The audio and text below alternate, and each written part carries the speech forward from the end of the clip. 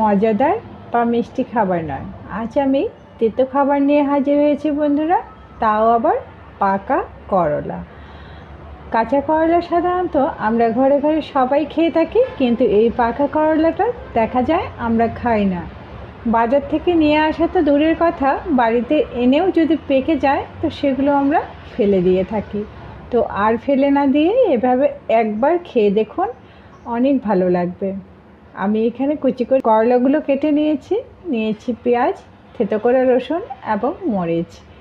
একটুখানি সর্ষের তেল ফোড়ন দিচ্ছি 5 ফোড়ন, শুকনো লঙ্কা এবং সামান্য একটু হলুদ।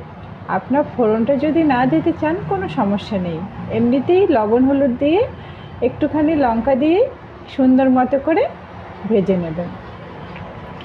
এখানে একটুখানি নাড়াচাড়া করে যদি মনে হয় সেদ্ধ ভালো করে হয়নি, মজে যায়নি এবং খুব সুন্দর মতো গলে আসছে না, তখন একটুখানি জলে এমন করে ছড়িয়ে দিলেই দেখবেন যে এটি সুন্দরভাবে মজে এসেছে। নেড়ে চেড়ে হালকা একটু জিরে গুঁড়ো ছড়িয়েই কিন্তু আপনি এটি তুলে নিতে পারেন।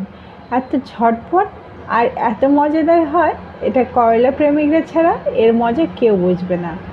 আসলে যারা করলা প্রেমিক, যারা করলা খেতে খুব ভালোবাসেন, তাদের জন্য আজকের আমার এই রেসিপিটি। ভালো লাগলে বাড়িতে ট্রাই করবেন।